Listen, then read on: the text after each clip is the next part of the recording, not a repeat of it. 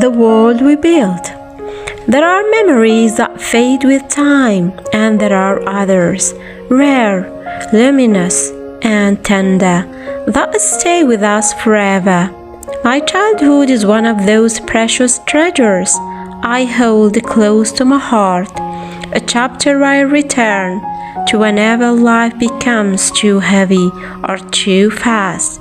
It was a simple childhood, yeah, but it was woven with joy, freedom, and small miracles that shaped who I am today. I was the only girl after three elder brothers, the little blossom, in a house full of lively boys. Before the rest of my siblings arrived, I lived in a world where everything felt wide and magical. We lived on a rural farm surrounded by a vast orchard, trees heavy with figs, plums, grapes, apricots, and every vegetable you can imagine. Life smelled of earth, warmth, and freshly cut grass. My grandfather worked tirelessly in the fields, with my grandmother always by his side. They were the heart of our home. Sometimes we all ran to the fields to help them during the harvest, our laughter mixing with the rustling leaves and the morning breeze. I can still see my grandfather's hands, strong and weathered, holding the soil as if it were gold. Beside the field ran a small stream, gentle and clear. My grandfather used it to water the crops, but to us children, it was a world of its own. My cousins and I would sneak away to swim in it, our feet splashing in the icy water, our voices echoing across the orchard. The stream flowed from a natural spring, so pure that we filled our buckets from it to cook and drink. It tasted like nature itself, cold, sweet, and perfect. Our farm was full of life. We had a cow, a few sheep, ducks waddling behind each other, and chickens clucking from dawn to sunset. My grandparents cared for them with such tenderness. My grandmother woke up early every morning to milk the cow. She turned the milk into creamy yogurt and thick golden butter. I swear nothing in this world tastes like that butter. The kind that melts slowly on warm bread and tastes like home. Evenings were my favorite time. We gathered around the fireplace, the flames dancing like tiny spirits.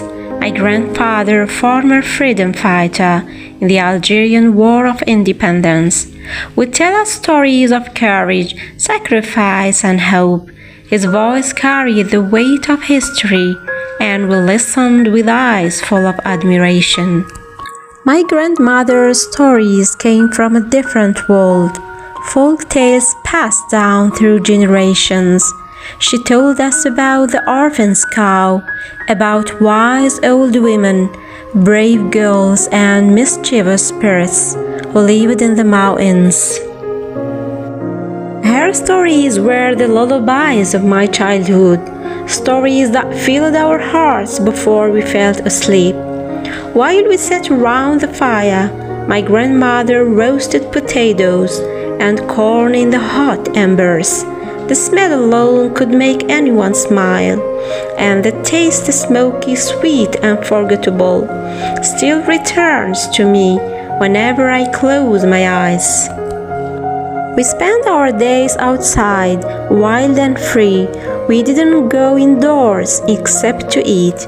We played every game imaginable.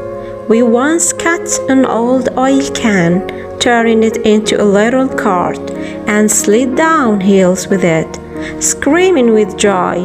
We played hide and seek until the sun disappeared. We shaped little houses out of mud and straw, using soda cups and plates and leftover vegetables as pretend food.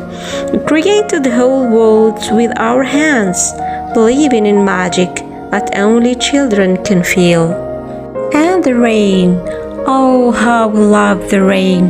The moment the sky darkened, we rushed outside barefoot, letting the drops hit our faces.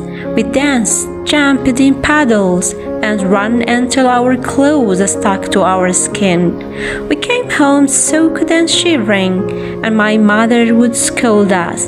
But deep down, she knew we were only living the childhood she once had. As the only girl, I was the heart of the family. My grandfather adored me. He gave me my name, a name I cherish with pride.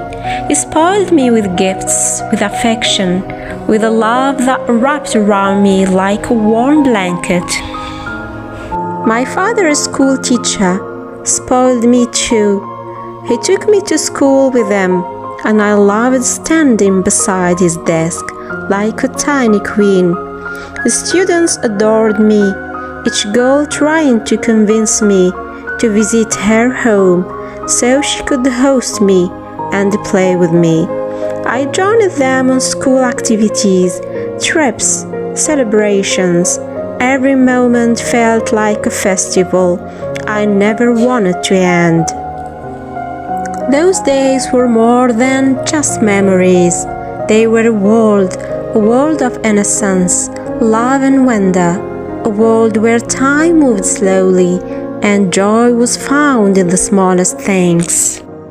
Sometimes I close my eyes and see it all again. The orchard glowing under the sun, the stream whispering softly, the laughter of my cousins, my grandfather's warm smile, my grandmother's gentle hands, and me, little girl running freely through the fields, barefoot and happy. Oh, how I wish time could pause in those moments. How I wish we never grew up.